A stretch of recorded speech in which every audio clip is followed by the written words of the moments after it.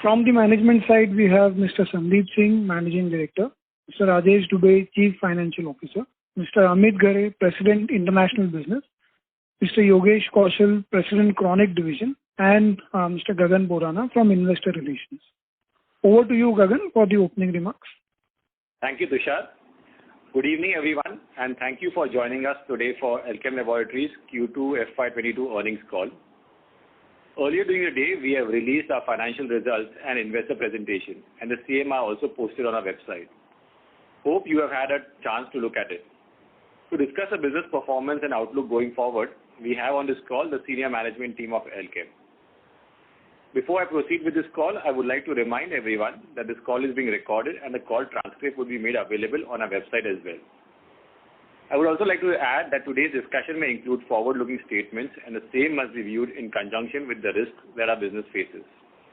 After the end of this call, if any of your queries remain unanswered, please feel free to get in touch with me. With this, I would like to hand over the call to Mr. Sandeep Singh to present the key highlights of the quarter gone by and strategy going forward. Over to you, sir. Thank you, Gagan. Thanks a lot. Yes, so good evening, everyone. I would like to thank all of you for joining us today for our second quarter earnings call. For the quarter 2 FY 2020 has been a healthy quarter for the company during this quarter and for the company year on year as well. Year on year revenue growth of about 18% and net profit grew by 15%. During the quarter, we also generated healthy cash flows, which has helped us further strengthen our balance sheet with net cash position of about 1,150 crores as on 30th September 2021.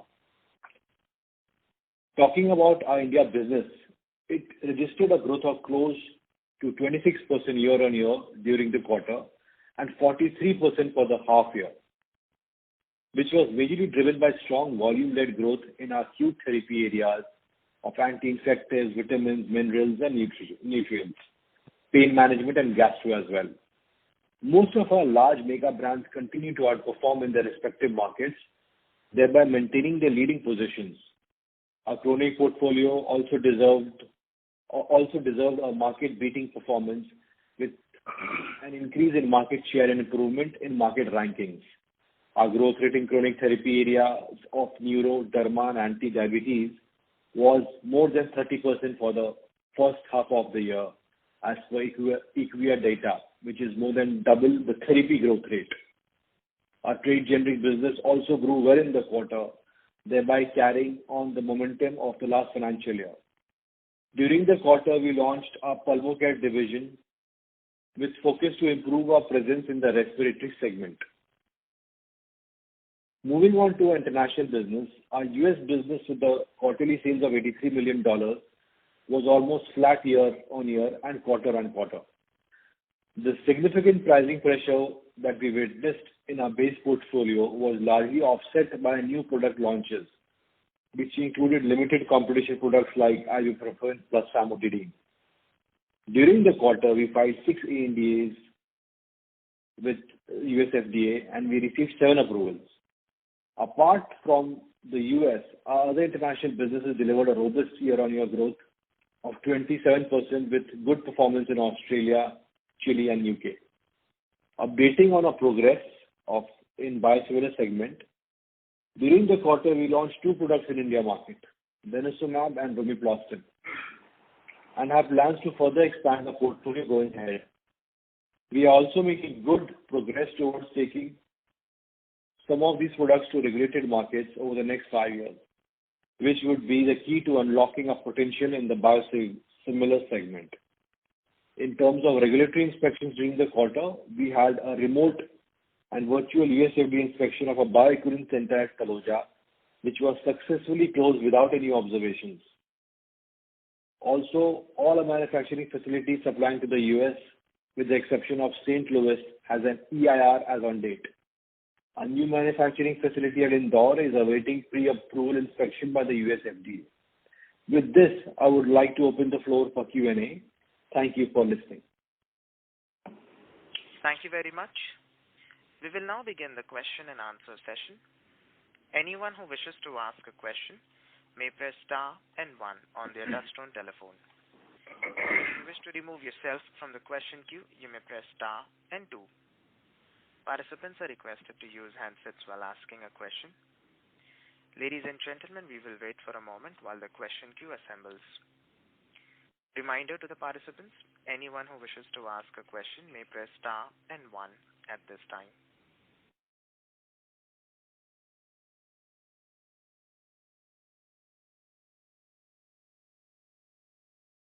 The first question is from the line of Saion Mukherjee from Nomura. Please go ahead. Yeah, thanks and good evening. Sandeep, can you throw some light on the India business? How should we think about growth? The last quarter had a lot of acute demand because of COVID. I would assume that would have calmed down, but still the overall revenue has been strong. So is there a seasonal pickup that happened this quarter? How do you read it? If I look at from a 2-year CAGR basis, it's around 12, just above 12% growth, which also, looks like a normalized growth rate. So should we assume low double-digit kind of a growth now? So if you can give some color, and also you mentioned about trade generics. How large is that as percentage of your revenues now? Yeah, thank you, Sai. So there are like few questions on that, so I'll answer one by one. The first part is, that yes, there was some seasonality to it, but also we had added, people last year. We had restructured our large divisions, if you recollect, especially of our large mega brands. So all that is playing out well. Unfortunately, last year, because of whatever impact we had, it could not play out, but we laid the ground stone. So therefore, I think the growth is also coming due because we are gaining market share. It's not just, with tailwinds and good seasonality. And how we should look at it going forward, I think you're completely right. We cannot expect it to have the same growth rate which we have had in the, this H1. So overall, I think we continue that we should, look at a growth of 12 to 15% mid-teens, our early teens. We have already maintained that. I think that continues to be, our guidance going forward, Sign on that. And sorry, there was some other question, Sign. I kind of. And the trade generic segment Sandeep. So I understand last year it has grown. The segment grew faster than your domestic business. How was the growth this year and this quarter so far? And what percentage of revenues is now coming from trade generics? I think this year also the trade generics has grown very well. It's in line or slightly higher than our other domestic business.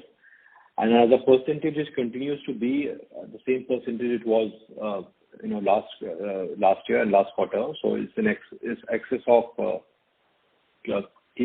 around 15%. It's close to that. Okay. And just another question, if I can ask, on the other international markets, there seem to be some step up in growth. Is there any one-time sale that is there? What is happening in that market? We are kind of closing on 200 crores a quarter. So if you can, throw some color on the dynamics in the ROW or international markets. Sure. I'll invite Mr. Amit Ghare to comment on that. Amit, please. Thank you. Sure. Thank you, Sandeep. Fine, there are no one-time sales there. It's a combination of 4 or 5 key markets that we operate in: Australia, Chile, Europe, Philippines, and Kazakhstan. These are predominantly what dominates it. But to answer your basic question, there are no one-time sales there. And you would have noticed that in the first quarter and second quarter, the sales are fairly similar. Okay. Thank you. I'll join back. Thank you. Thank you. The next question is from the line of Nimish Mehta from Research Delta Advisors. Please go ahead. Yeah, thanks for the opportunity. I actually missed out the initial comments. I'm not sure whether you covered. But one, I wanted to know the reason for a very high other expense, both YOY, QOQ, if I understand right. And second, also wanted to know what has been the base business erosion in the US business, as in excluding the launches we made in this last quarter? Yeah, Mr. Dubey, you can take the first part, and Mr. Amit Ghare can take the second part. Sure. So other expenses, if you compare with last year's quarter two, yes, definitely it's on higher side because last year it was just 17-18% of revenue. But last year it was not normalized kind of quarter. More or less, quarter two is somewhere close to 95% normalized. So I think other expenses, living pandemic period and pandemic impacted time, I think we are in our range only. Generally, our other expenses is in the range of 23 to 25%, and we are 22.5% this time. So I think we are within the range because our marketing expenditure and all these, now it has come on normal position. I see. I mean, I was looking at the absolute figure, which is probably the highest in so many quarters, maybe 8 or 12 quarters or whatever, yeah. So if you see absolute figure also, last year's quarter two, it was 420 crores. Now it is around 620 crores. So, but last year's 420 crores, we cannot categorize this as a normal kind of expenditure on under other expenses because marketing expenses, as you know, last year it was not totally on normal. No, understood. Okay, I mean, I just a little bit pushing on that. So in Q4, for example, we did, I think, roughly 550 crores. And in there you mentioned that it is little higher because we were preparing for, some of the launches, etc., etc. So in other words, we were under the impression that 550 is on the higher side. Now 623 is much higher than that. So that was the reason. So so should we consider 620 as a normal range going forward? Something like that will continue being incurred in this quarter? As far as between 23 to 25% of revenue is normal range for other expenses. And that is normal if you see our history. Okay. On the US. Yes. And just looking at the absolute number, looking at the percentage would make more sense because it has a percentage to sales, some good part of this expenses is, related to sales. So as sales goes up in absolute terms, the, absolute cost will also go up. So I think you should look at percentage term rather than absolute number. Fair point. No, understood. And on the US business erosion, that will be helpful. Sure. Amit, you can comment. On the US, sorry, Sandeep, go ahead. No, I was saying, Amit, you can go in. That's all I was saying. Thank you. Okay. All right. Thanks, Sandeep. So on the US business, as we have reported, we are about 2.5% down year on year on the quarter two, that is. And the primary reason for that has been price deflation, which is in higher single digits for us, almost pushing to the 8-9% levels on an overall portfolio basis, which has also led to some kind of market share losses in unit terms, that is. So that has kind of multiplied. And obviously we have not been able to cover all of these or both of these losses through our new products, and that's basically the reason for where we stand. Your comment on gross margin would be helpful. I mean, this quarter it is 200 basis points higher than what it used to be. Again, Q2. Or, and generally we are in the range of 60%. I think now we are in the range of 62%. Again, is this sustainable? Because we were under the impression that the raw material price would actually have a negative impact on the gross margin. But there seems to be a positive impact. So, any reason for that? Yeah. Sandeep, do you want me to take this question? Yes, Dubey. Yeah. Yes. So, you said very correct. And this time, gross margin, we have advantage, and our gross margin is on higher side, 62.2%.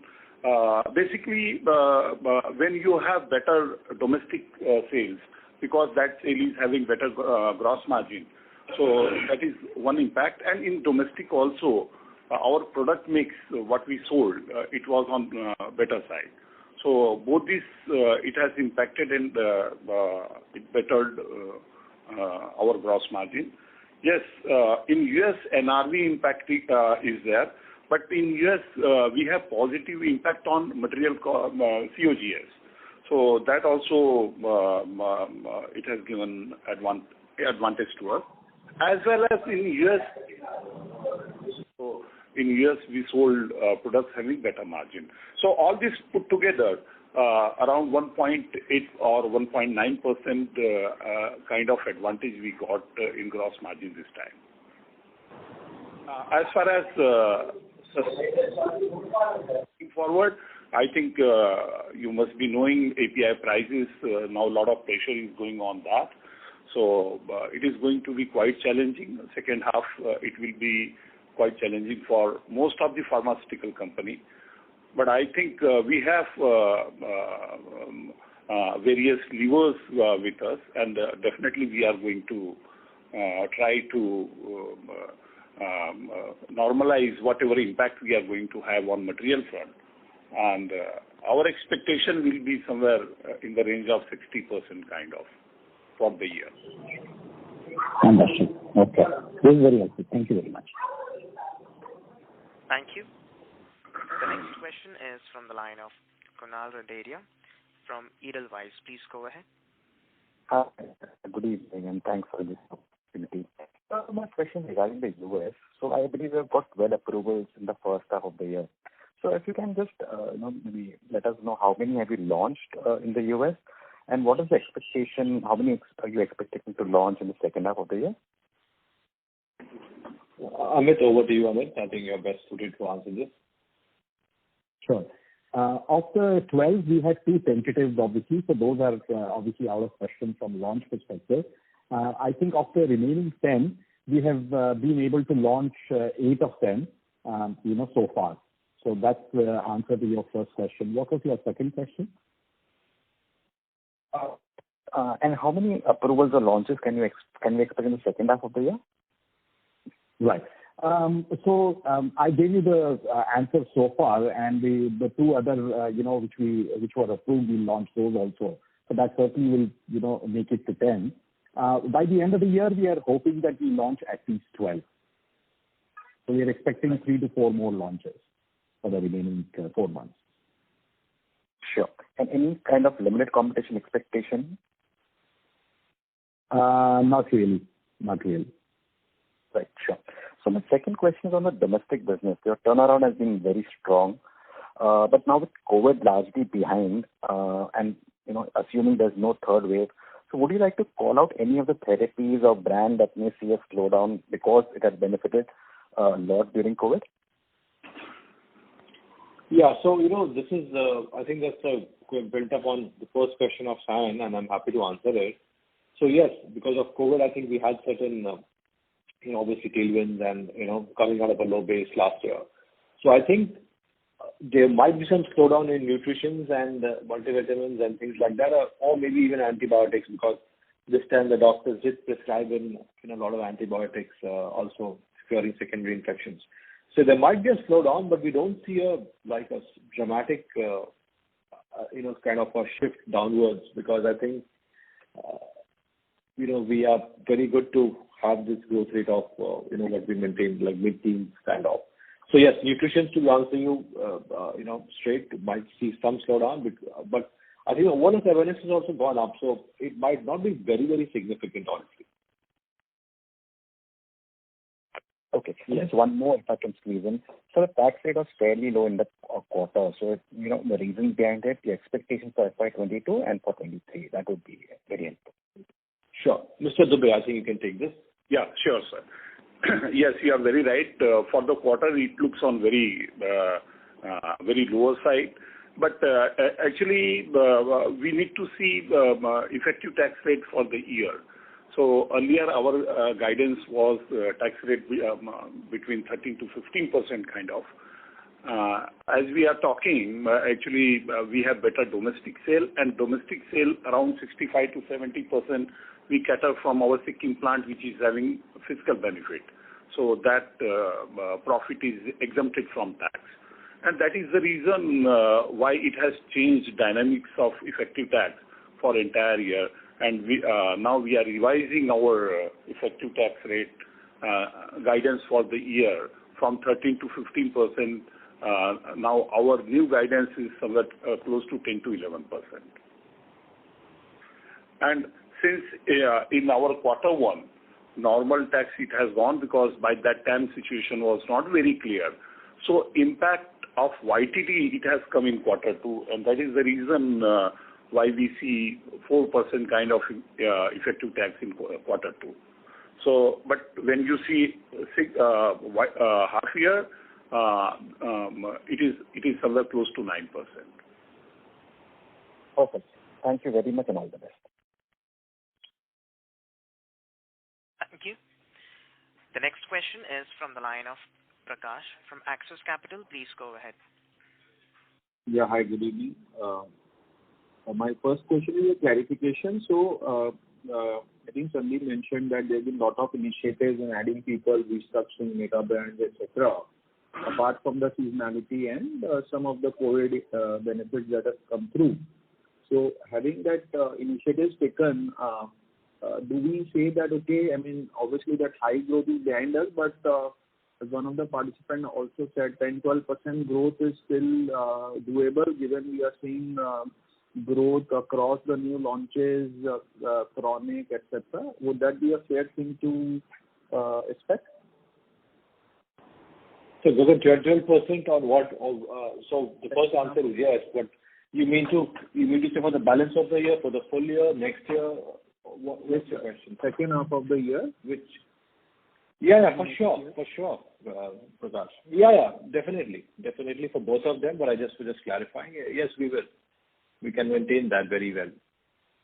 Okay, fair enough. And again, on trade generics, you mentioned the share is 15% plus, or the growth is 15% plus, or both are 15%? No, the share, both, obviously, because I said the growth is in line with our domestic business or slightly higher. So yes, both of them are. Okay. And given the very strong cash flow that you are doing for the last 2 years now, and the cash pile up of more than 1,000 plus crores, and with the backdrop that many, chronic side, especially diabetes, there are a lot of brands getting off patent, they would be available for sale. One of the participants, one of the companies in the morning call, said that we would be buying few of the brands. So what is our strategy in terms of like chronic, where we are growing very healthily, but on a very small base? Are we open to buying some of the brands? Yeah, Prakash, so we are open to buy and acquire some brands, but I just think the likelihood of it happening, I would still say low, because we don't. I mean, we are conservative. We don't like to overpay. I'm not saying that others overpay, but we are pretty cautious. So I would not count on that completely. I think we maintain that we will grow our business organically, what we have done.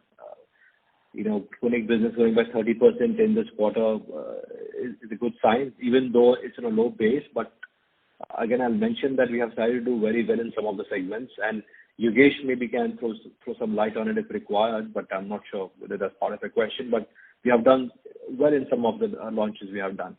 So we are not desperate to acquire something, honestly, on the chronic side. Now, if you so Prakash, what's your question? Your question is what do you want to do with cash? How do you scale up further on the chronic side? I mean, obviously on a low base we are growing very strongly. Yeah, is there a so so we'll do it organically. No, we might. Sorry, so we'll not acquire, Prakash.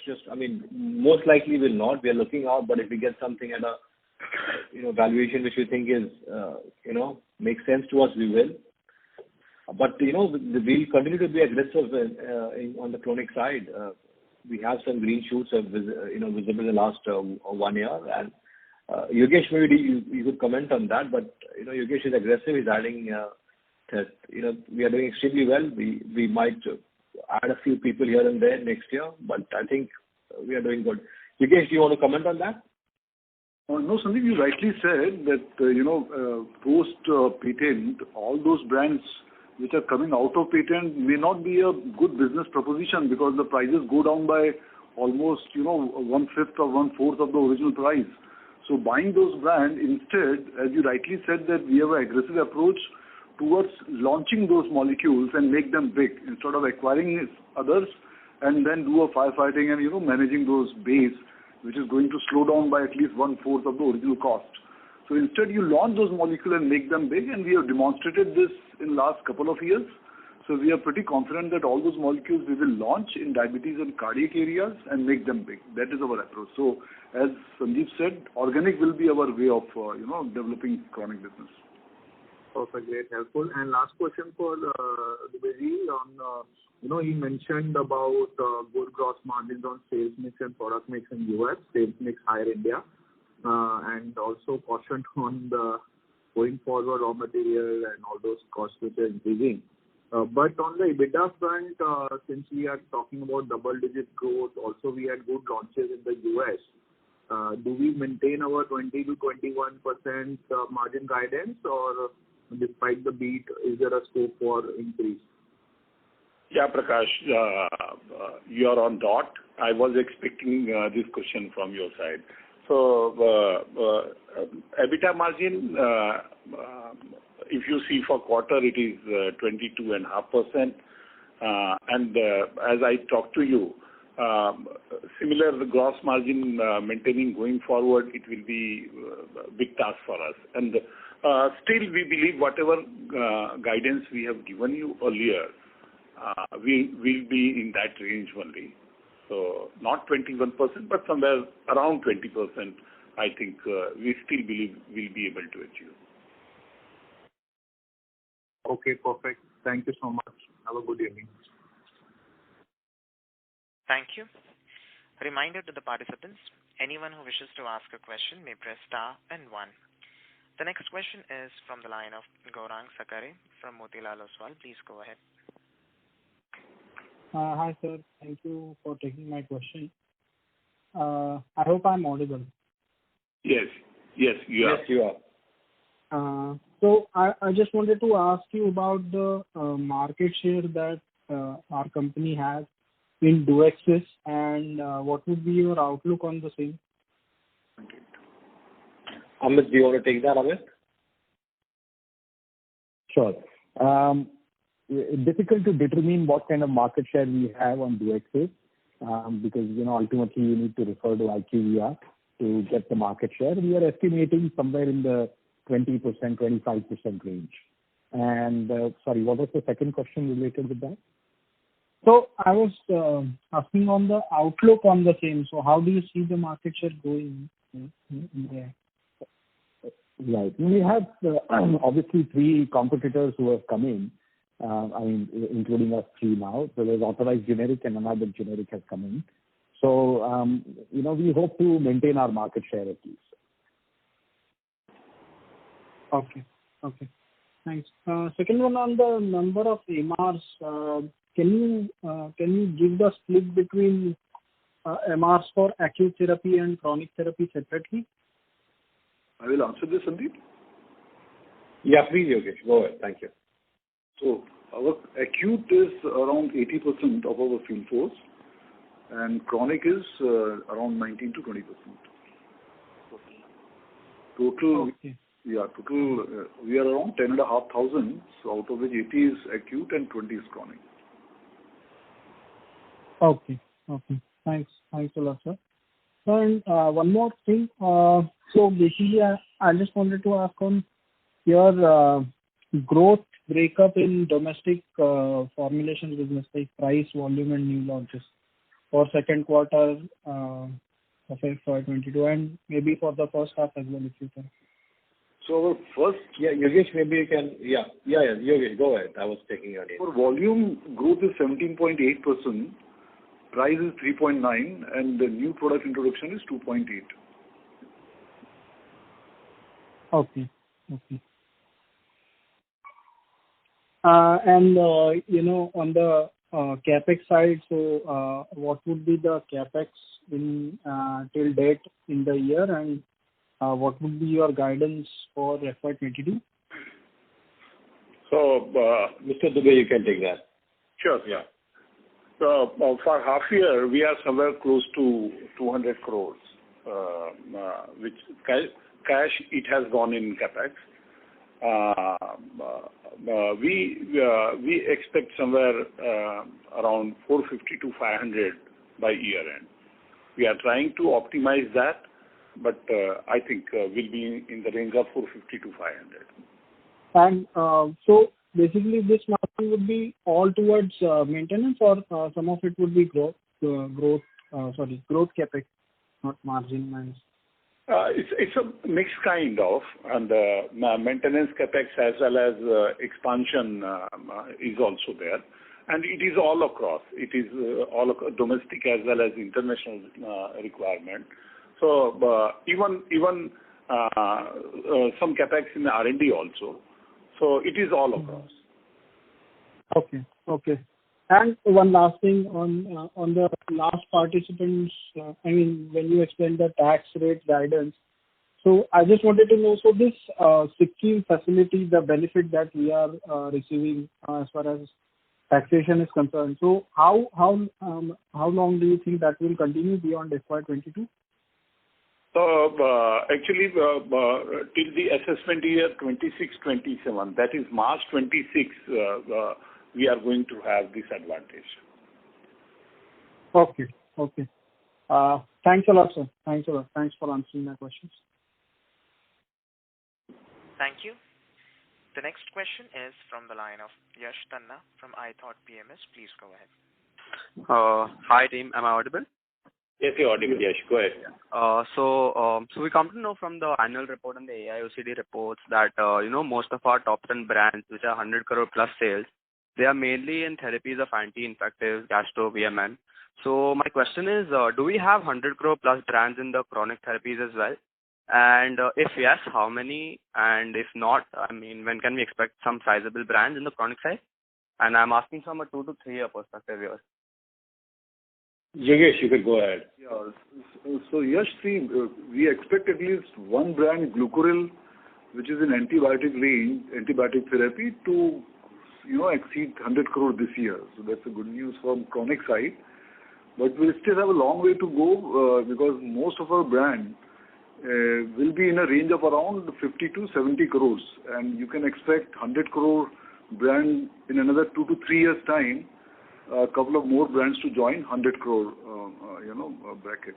Yogesh, but just one point there, on IMS or Equia or EVAX, whichever you will track, there the brands are reported not as a group, so there it might not still be visible. Okay. That is something you must point out. Yeah. So Glucuril, actually, internally we as a group, we say 100, but since IQVIA split the SKU also, so in that way, the largest brand will be Glucuril M, which will be roughly around 60 crores. So that will take another 3 years to become 100 crores. And we have certain new launches, which will also take around 3 to 4 years time to be 100. So from a SKU point, you can say that at least 3 to 4 years time, we should have at least 2 to 3 brands on a 100 crore bracket. So, and which therapies would these brands be in? Mostly in diabetology and cardiology. Sure. Thank you. My second question would be in the last call we spoke that we have 3 biosimilars launched in India and now 2 more as you mentioned in the opening comment. And you also said that you would outlicense to Lupin, Zydus, or even globally we would try to tie up with some of the best partners for our biosimilars. So with this increasing share of biosimilars in the product mix, and we are also widening reach with all these tie-ups, we should see a positive impact on the margin side. And if yes, by when can we start seeing this effect? So sorry, your question is that biosimilars impacting margins positively. Is that correct? Yeah, the gross margin. Just so. And how much time frame? Just a ballpark figure. I'm not sure. Yeah, sure. So to launch anything meaningful where biosimilars will impact, let's say, the sales and gross margin, we'll have to do that in the regulated markets, let's say. That's a fair assumption. That would take at least 4 years from now. So please don't expect any change in gross margin colors because of biosimilars for the next, I would say, at least 4 to 5 years. Okay, sure. And just one more question, if I may.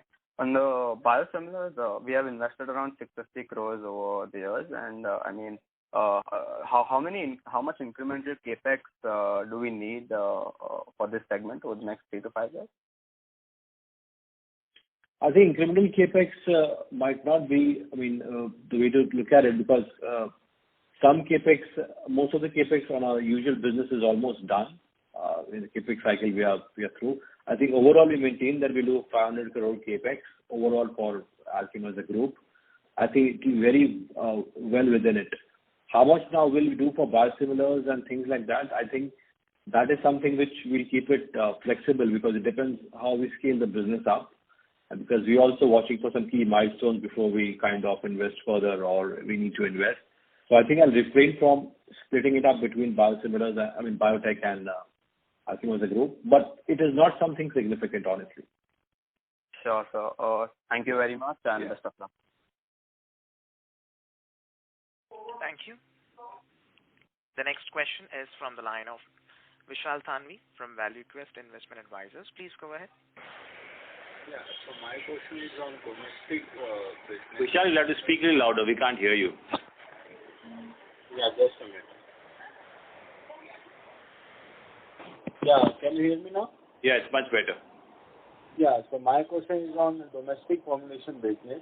So we have two segments over there, acute and chronic. Can you give the breakup how much is acute and how much is chronic? Yeah, so we have 85% in acute and 15% chronic. And in last 3-4 years, the same percentage, or it has significantly changed? No, not significantly, but there is a gradual change. From around 11 odd percent, this has become 15% in last 4 to 5 years' time. Understood. And one more thing, that in your initial comment you mentioned that you have launched 2 products in India. Can you name them, please? You're talking about biosimilars, sir? Yeah. I think that's what you're talking, right? Yeah. Yeah, it's denosumab and roflumilast. These are 2 molecules we have launched in the last quarter, and I think that was mentioned. Yes, thank you. Yeah, thanks a lot. Yeah. Thank you. The next question is from the line of Nimish Mehta from Research Delta Advisors. Please go ahead. Yeah, this is actually a follow-up on previous participant's question. You mentioned that in the US we have one more competition. What I understand is that Teva has yet not launched and the case is still ongoing. And because of the stay on the approval, they may not be able to launch for another 1+ year. So do you still expect that we will see competition, and with that background, would you then see the outlook? Mr. Amit Ghare, please. Sure. I don't want to comment upon what Teva's position is, but they don't have any mandated 30-month stay because they were not sued in time by the innovator. So they are free to launch, and based on what we've heard back from the customers, they have started launching their product and made offers, which is why I factored them in the competition. So they already launched, is it? We believe so, but I can't be certain.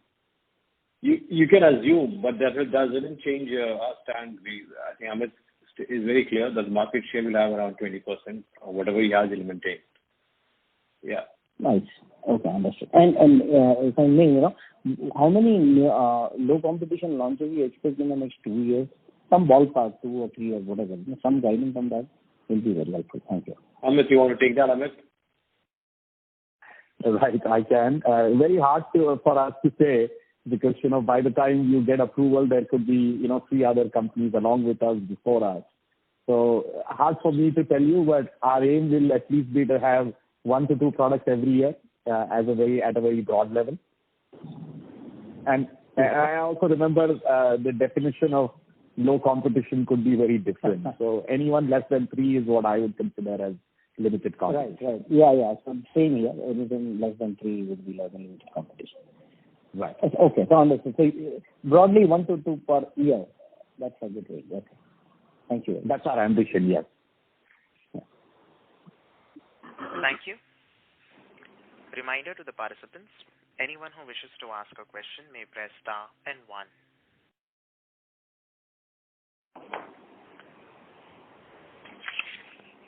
The next question is from the line of Prakash from Axis Capital. Please go ahead.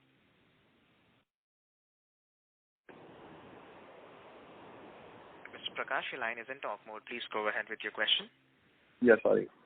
Am I audible? Yeah, you're audible. Yeah, I was just saying that I missed your growth expectation for the US. I mean, I heard there's a base business, high single-digit price erosion. At the same time, we also had good launches. So do we expect stable or marginally upward trend, which we had earlier guided, or how do we see the US growth trajectory? Amit, you could take that, Amit. Sure. Thank you, Sandeep. Prakash, I never guided for anything. We only talked about what the history was. And, the quarter, year-on-year quarter has been degrown at 2.5%. That's what I said. But I'll go ahead and answer. So this year, of course, it's going to be extremely tough for the entire industry. And I think on a complete year basis, fiscal year basis, we are looking at mostly flat sort of a scenario, at least at this time, sitting in November. So not audible. You're expecting what? Flat. I'm expecting the year will end, the entire fiscal will be flat compared to last fiscal. Okay. And then we have enough pipeline to grow from there? We do have enough pipeline to go from there. And even this year, we will have 12 launches, at least 12 launches. So basically, I think the problem has been, like I mentioned before, that, whatever we are losing out on the market share and the price deflation, we are not covering enough from our new launches. So it remains to be seen how it will be in the fiscal going forward. History tells us that we have done better on that count. But going forward, we need to see how the deflation really, does it settle down? Does it come down? Where does it end really for the overall industry? And of course, for us as a portfolio. Fair enough. That was all. Thank you so much. Thank you. The next question is from the line of Vishal Thanvi from ValueQuest Investment Advisors. Please go ahead. Yeah, thanks for the opportunity again. My question is on US business. So can you give us some numbers on margins of domestic business and US business? EBITDA margin or gross margin? Mr. Dubey, you can take that. I think because the comparison rather than... We never throw some light. We never give segment-wise gross margin or EBITDA margin of our businesses. So we always talk combined. Okay, thanks. Thank you. Participants, to ask a question, you may press star and 1.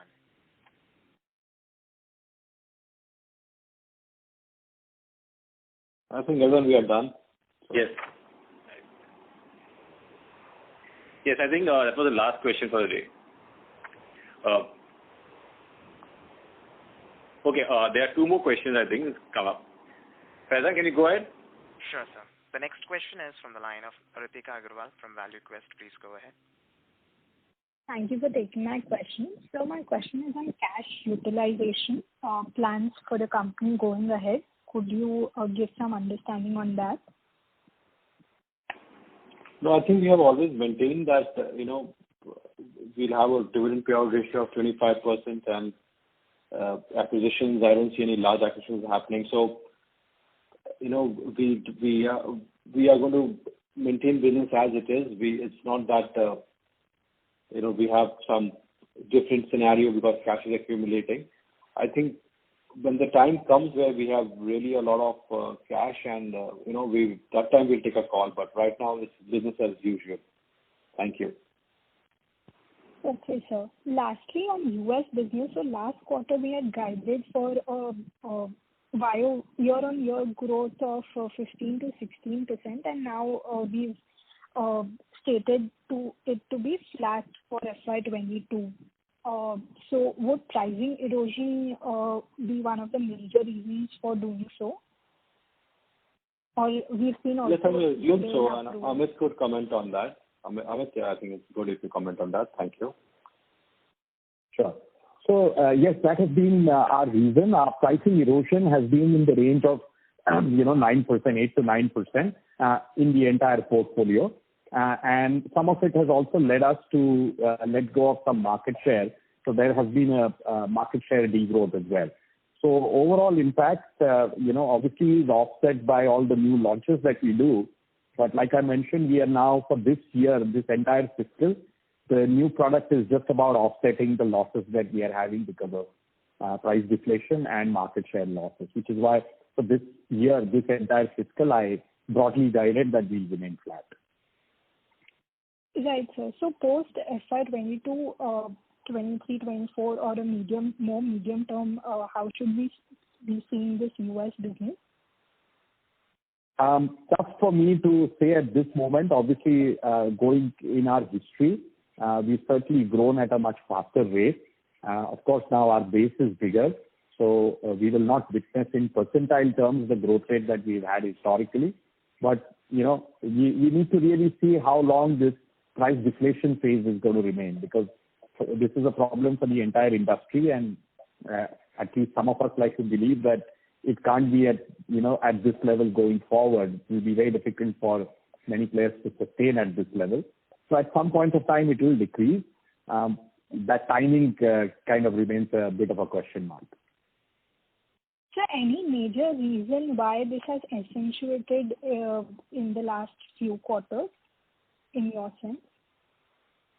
Your guess as good as mine. I think we talked about it last time also. I think it's COVID and some COVID cascading effects overall. So there's a degrowth in the market itself in unit terms, which we all know. Certainly the therapy mix has changed, or changed in the, from a growth perspective or degrowth perspective. And then there will be some cascading effects because of that. Right. Okay. That's it from me, sir. Thank you so much. Thank you. The next question is from the line of Prashant Kothari from Pictet. Please go ahead. Yeah, few questions from my side. One was on the capex front. I think earlier, whenever we were talking with under the assumption that the company had done large amount of capex in the recent few years, and therefore we had spare capacities, and we didn't need to kind of increase the capex meaningfully. In fact, the capex has been going down roughly around the range of 300 to 400 crores. So this number of 450 to 500 crores comes as a bit of a negative surprise to me. I'm not sure whether maybe I'm not completely updated, but is there any change in terms of our plans there? Are we trying to kind of invest in something new that we have not envisaged earlier? Sandeep, no, I think we always maintain what we said, the Dubey, but you can take that. So I'm not sure what's the reason of negative surprise, but yeah. If I'm missing a point, Dubey, please go ahead. No, sir. You have covered it. Actually, we never gave any guidance of 350 crores capex for 21-22. Actually, since beginning, our guidance is 500 to 550 crores. I think we are as per our guidance only, and we are in that range only. Okay. And second question was on the inventory front. Our inventories are kind of running at a higher level than what they used to be in earlier years. Do you think this will remain at a high level because of whatever kind of supply chain issues we are seeing across the industry, or this is going to come down? Inventory level is high. It is intentional one, and actually in this uncertain scenario, even inventory of raw material, we wish we have larger inventory. But as well as for finished goods also, we want to have sufficient inventory. So we grab opportunity whatever is available in domestic as well as in international market. So working capital, we understand our inventory level is on higher side, but it is intentional. I think few days more we have right now compared to historical inventory days what we had earlier. And that is intentional, and we are confident that is going to help us.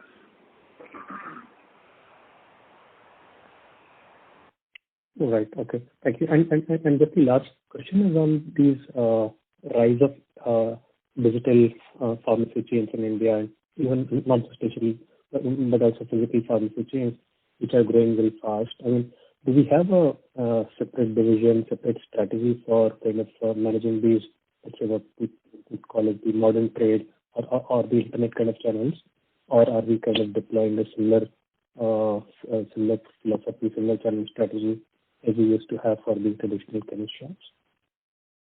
Yeah, that's a good question. So first things first, we are not deploying any special division or strategy for this, because please remember that as long as the prescription is honored and the doctor's prescription has a supreme say, I don't think companies have to especially worry about doing something special for online pharmacies, because the prescription matters, and what doctors' brands they write have to be honored any which way, whether you're any pharmacy or a brick and mortar pharmacy.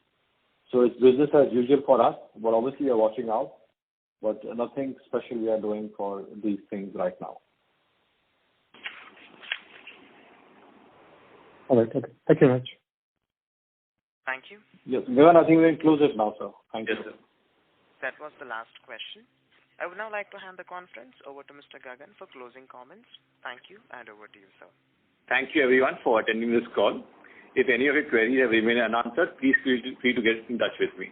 Thank you. Thank you.